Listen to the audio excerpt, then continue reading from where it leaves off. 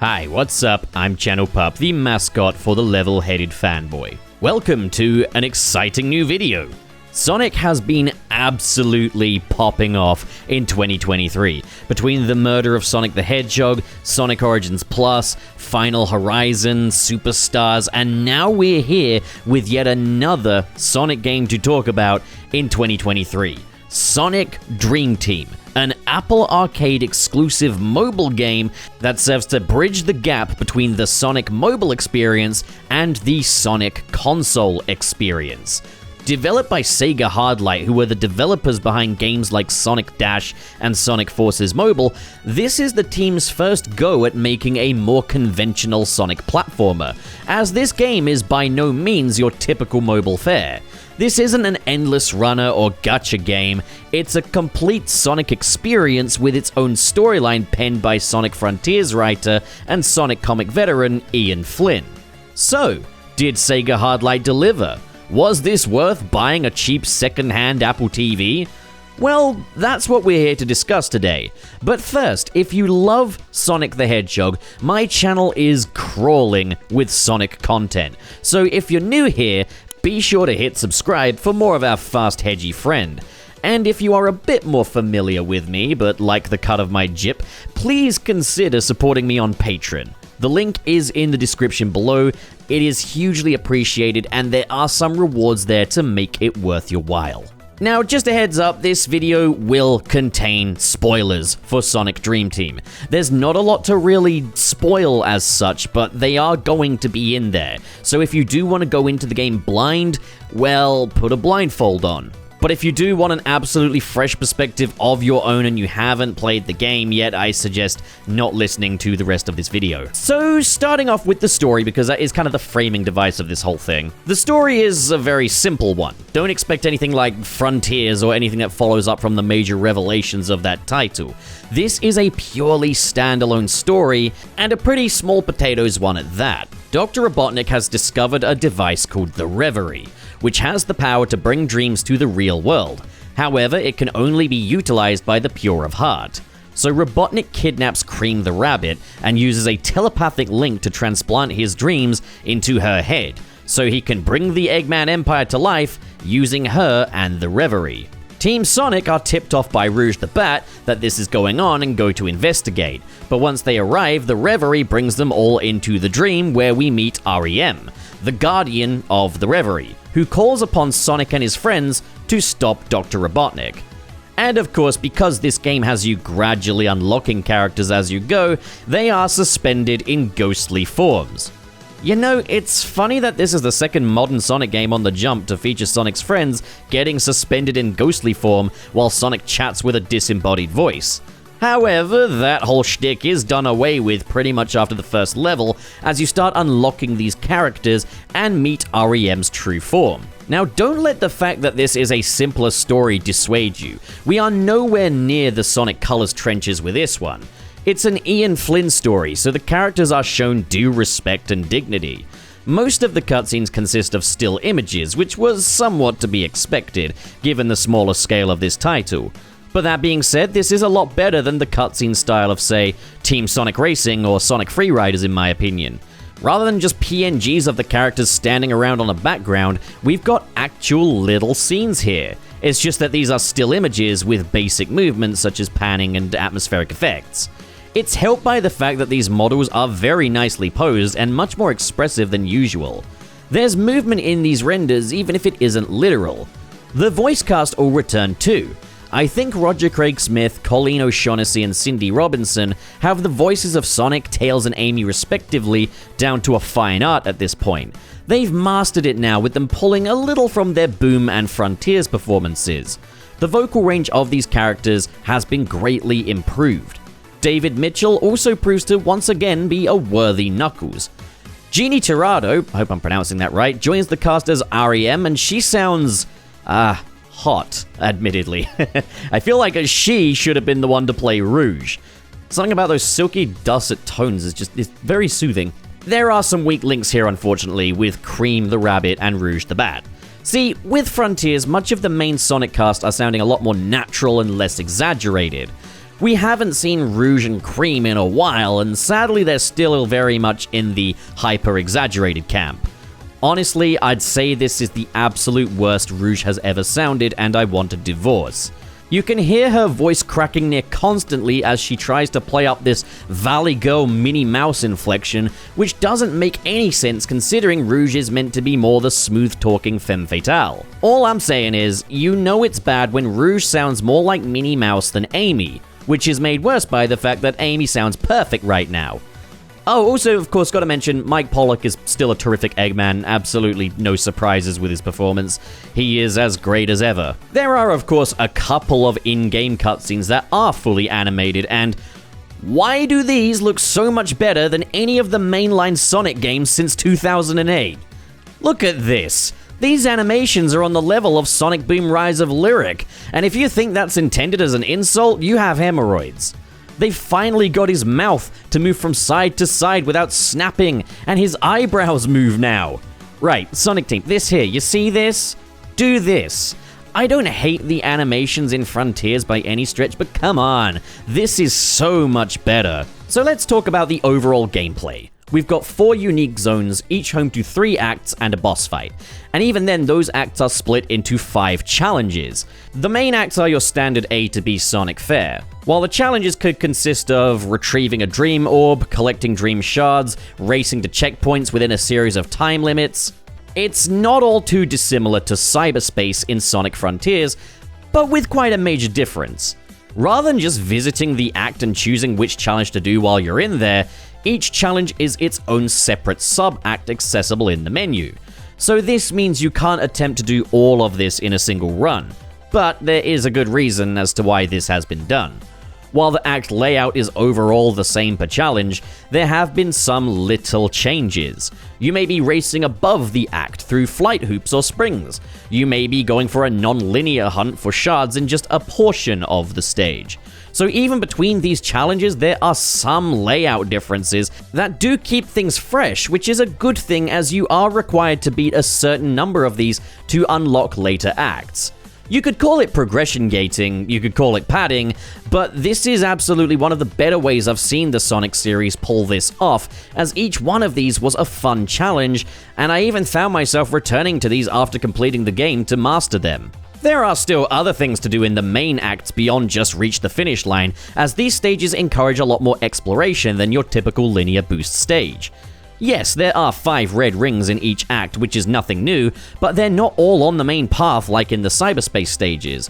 As these stages, while they aren't exactly the open zone, they're massive. There's still an endpoint, there's still an overall right direction to go, but there are so many different paths that you could have 2 playthroughs that are nothing alike, and that's just with Sonic. But there are other routes that require the use of other characters. This gives these stages some incredible replay value, and if future cyberspace-adjacent stages in a Sonic Frontiers sequel pull any inspiration from what Sonic Dream Team has achieved here, then we truly are on to something special. There are also 30 blue tokens scattered in each act, and with them you can unlock statues of different characters in different poses, as well as bits of scenery which come with little facts. It's a nice reward.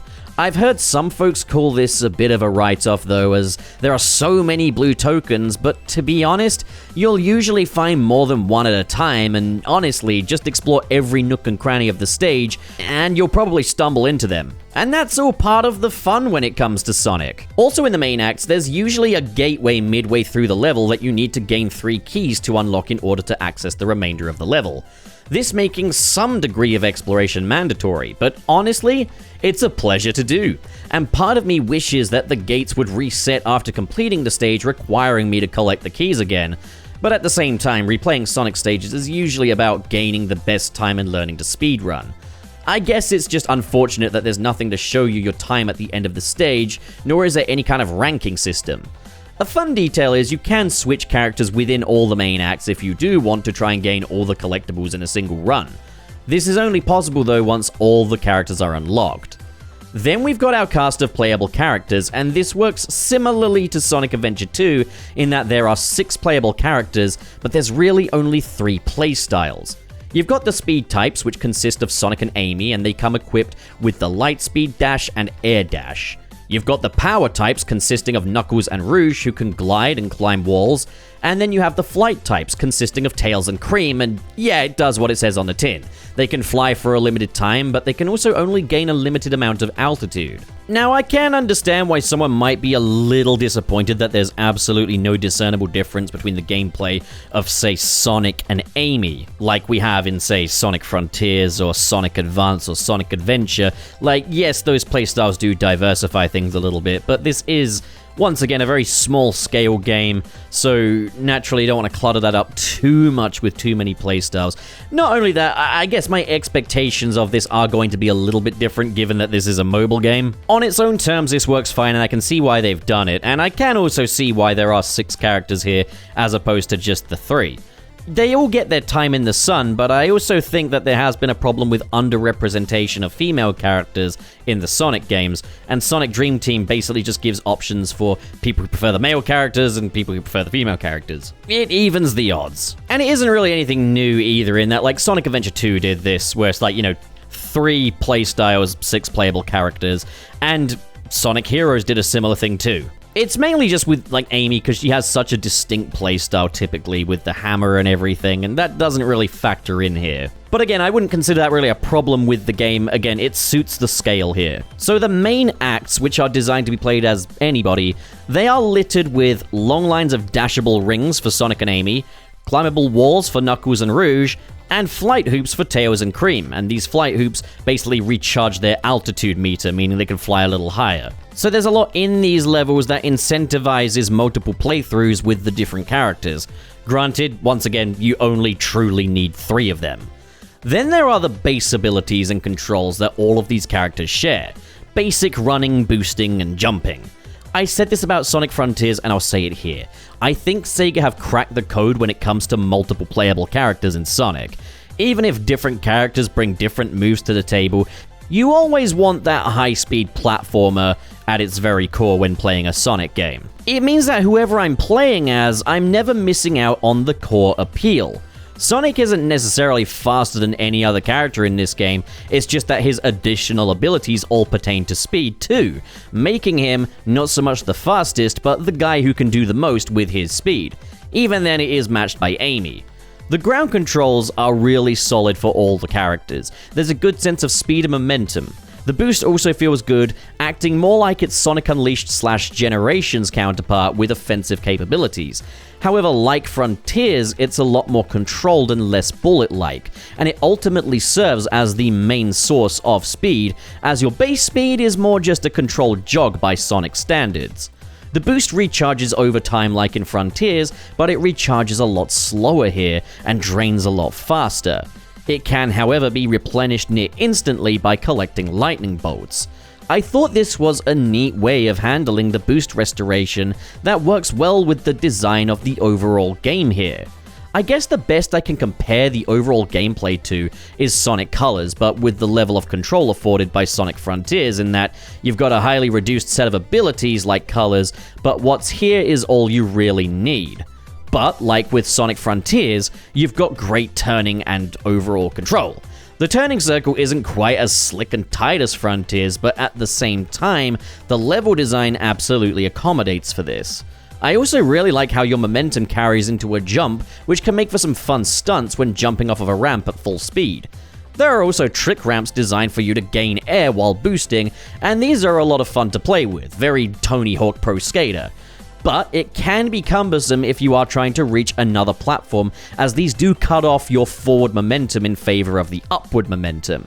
I'd definitely like to see more like this in a future open zone Sonic game, just a little more refined and versatile. I think the one ability that Sonic Dream Team would truly have benefit from that isn't present here is the Stomp or maybe some kind of bounce bracelet.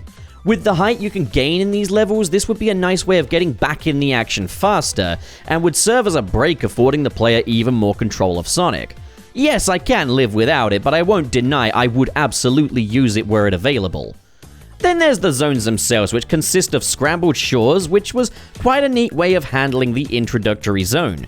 You've got your usual grassy coastal cliffs by a beach, but this time there's more of an emphasis on inflatable pool toys. Parts of the foliage are also made to look like pool toys. And you've got pool toy platforms and ramps. I think it's pretty neat to have a Sonic stage themed entirely around pool toys. I think when we initially all saw this first look at this stage, there was an assumption that the game would be taking on an aesthetic more akin to the plastic scenery of Sonic Lost World. But in this case, it's really just that the stage is themed entirely around those pool toys, so naturally, the stage takes on quite a plasticky look. Stages after this take on a different aesthetic. Now, given that the stage is called Scrambled Shores, I'd assume that this is a beach being corrupted by Eggman, what with the egg pun, but there's not really any Eggman aesthetics present here beyond just a horde of badniks. I'm guessing this is because his takeover of the dream world is a gradual one. The second stage is Dream Factory, a futuristic factory pumping dream fluid, referred to as Magination, which I wonder if that's maybe a subtle reference to Imaginary World in Sonic Shuffle. Either way, Eggman is transforming this stuff into purple nightmare fuel. Purple really being the color of all evil in this franchise. What's cool is that after Scrambled Shores, you will start to see a gradual evolution of these environments, from the scenery becoming more fragmented to the color palettes changing to a more nightmare-y appearance. A cool example of this is Nightmare Maze, which starts off as a very stony sort of shrubbery maze with Eggman insignias to suddenly a floating nightmare world. And then, for the final stage, there's Ego City, aka the opening titles of Futurama. Robotnik's dream come true, the heart of the Eggman Empire, a mechanical utopia that makes me question if Robotnik is really all that bad, because this place looks nice. Until that too transforms into a nightmare world in the later acts. It's a solid crop of levels that does a lot more with the overall dream vibe than I'd expected, and subverts some of the usual Sonic tropes, which is nice to see. It's a lot more imaginative than the selection we had in Sonic Superstars, where, while they were original stages, they still played into the typical Sonic tropes. These are a lot more out there. Then there are the boss fights though, which are a bit of a mixed bag. You've got the first boss against Dr. Crabulus, who is patronizingly easy. 4 hits and the guy's down, and on one of those hits, he doesn't even try to attack you because he's been completely deflated.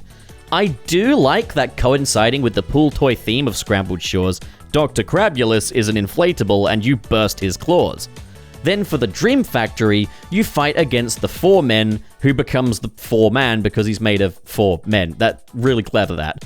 Which does ramp the challenge up a little, as you initially have to fight 3 different targets before dodging moving laser fields and contending with rising nightmare fluid. The third boss is then an eldritch horror called the Guardian Hunter, which is more of an on-the-go chase battle than the other arena-based battles.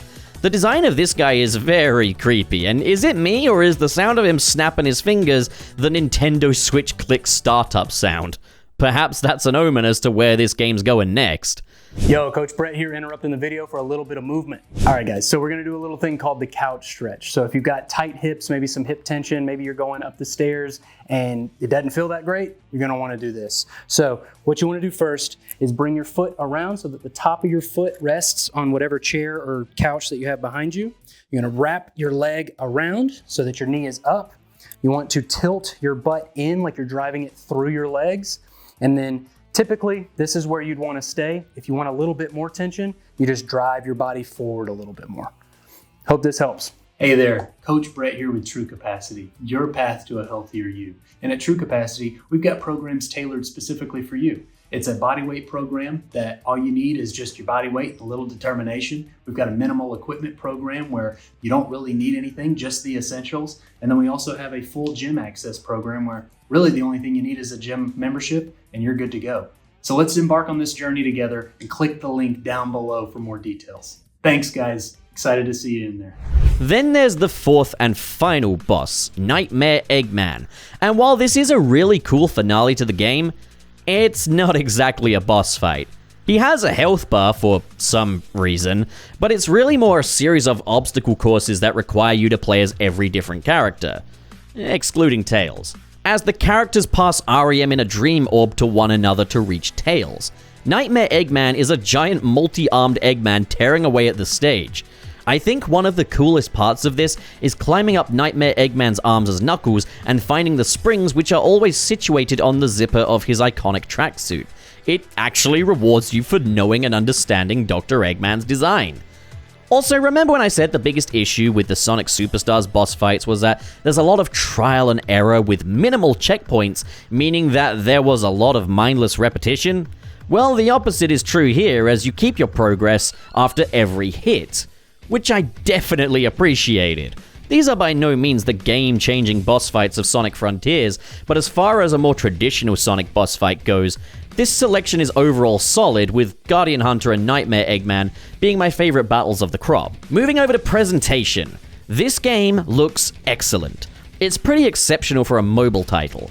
It would look right at home on the Nintendo Switch, and if Sega was still in the business of making devoted titles for less powerful hardware, I imagine this is how that would look. But I'm gonna compare this to Sonic Frontiers, okay?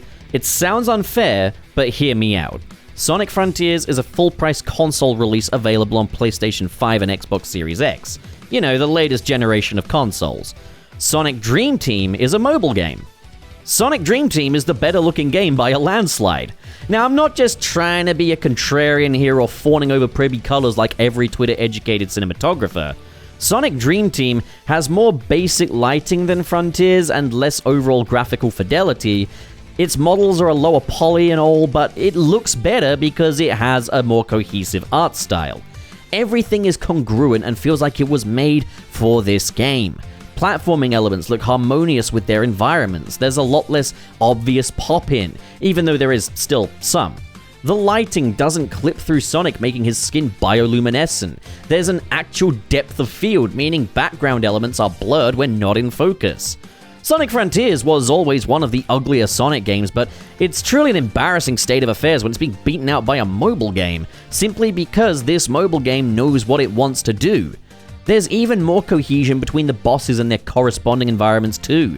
This game just looks better simply because, despite its lower graphical fidelity, more time and care has been put into the overall visual composition of this title. I guess the best kind of, allegory I could come up with is like, Sonic Frontiers is a film shot on an Arri Alexa, but it's shot by a complete amateur who doesn't understand basic framing. Whereas Sonic Dream Team is more akin to like if you gave Zack Snyder an iPhone to film with. Obviously, the Arri Alexa's the better bit of hardware, but what matters more is kind of the vision of who's behind it. It extends to the animation earlier, as I mentioned. Yeah, like Sonic's character model, it's got a lower poly count and his textures are lower res. But none of that matters because this model is just rigged better. He can move his mouth from side to side without snapping. He can move his eyebrows without breaking the geometry, meaning that these lower poly versions just feel so much more alive and tangible than the higher poly console counterparts. This is a smaller scale, lower budget game made with a smaller team, but it has a much clearer idea of what it wants to do, so naturally it looks more cohesive. At the same time, I do acknowledge that this is a much smaller game than Sonic Frontiers, so naturally there's less animation work to be done, so what they do, they can put a lot more time and care into. Speaking of animation, the intro cutscene by Powerhouse Animation is absolutely perfect visual nectar, and I'll never have any complaints about Powerhouse Animation. It is just gorgeous. Sonic just low-key leading the charge for traditional animation to make a comeback, and I'm here for it. But here they're doing even more interesting stuff with dynamic lighting as well. They just get more impressive every time. If there is a weak link when it comes to Sonic Dream Team, I guess it's the music. And I mean absolutely no disrespect to Mikkel van den Bos. Hope I'm pronouncing that correctly. There's nothing egregious here like some of the tracks in Sonic Superstars, and the style is a cohesive pop sound. I'm sure there are people that will disagree, and that's fine, but to me, this music feels very fit-for-purpose mobile game. Purely just a satisfactory soundtrack rather than the wall-to-wall bangers that have defined this franchise. It doesn't quite have that Sonic energy to it or any semblance of the new jack swing, funk, or rock genres that have defined Sonic music over the years. With the exception of the final boss, where the music is legitimately solid and takes on more rock inflections.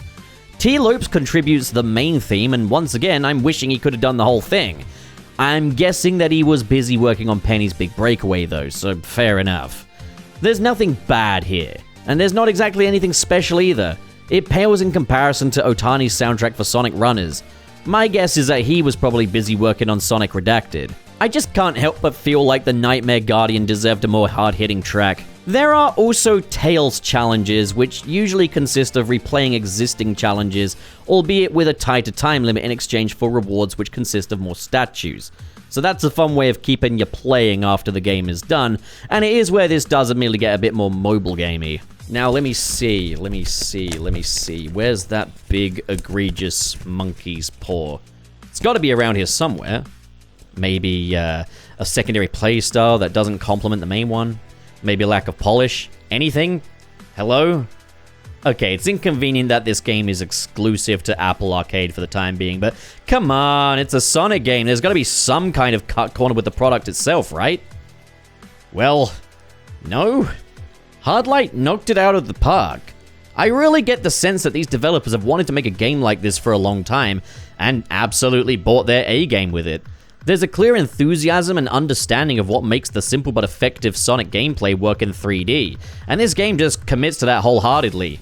Oh my god, did I mention it's entirely 3D with no 2D sections? This is a short, no-frills, 3D Sonic experience that just gets every detail down pat. The level design is everything I could want from a 3D Sonic game. The controls are excellent, and yes, this game is longer than Sonic Forces, an actual console game. Not to mention it feels longer because scripted events where control is taken away from the player are absolutely minimal when it comes to Sonic Dream Team. Yes, there are some small things that would make the experience better for me. Things like adding the stomp or, I don't know, doubling the amount of zones. But for what this is here, it raises the bar when it comes to platformer mobile tie-in games and brings us a short but admittedly close to perfect Sonic experience.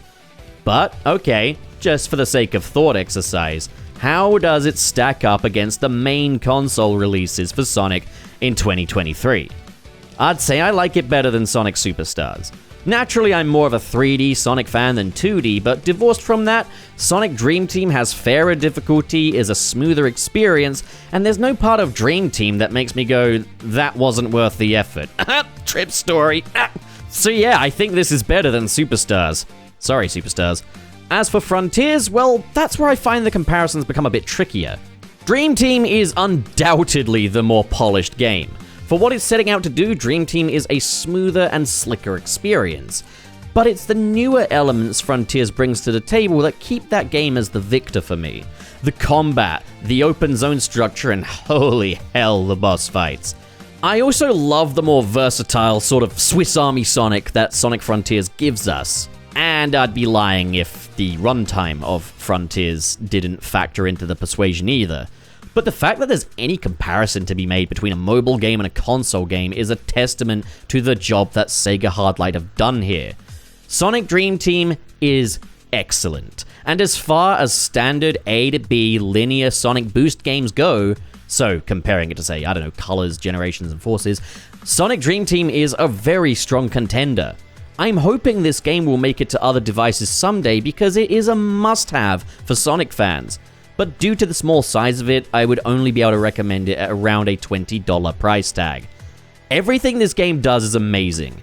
It is in so many ways what Sonic fans have been asking for and so much more. This is 3D linear A to B Sonic perfected.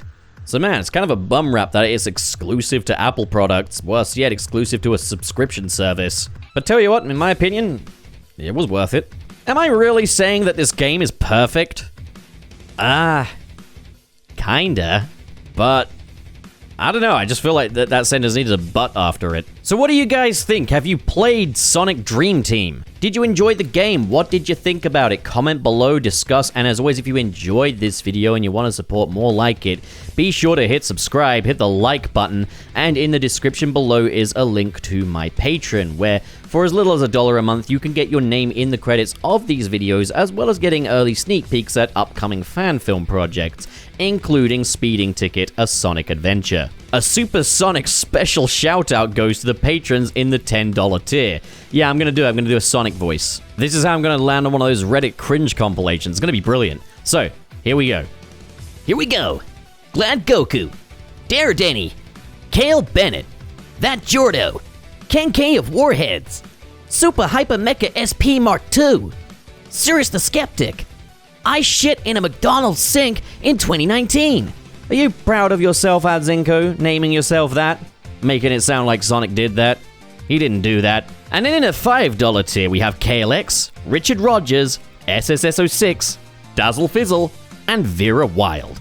Thank you, folks, so much for your generosity, and to all of you at home, thank you so much for watching, and have a great day. Get out of here, you little scamp.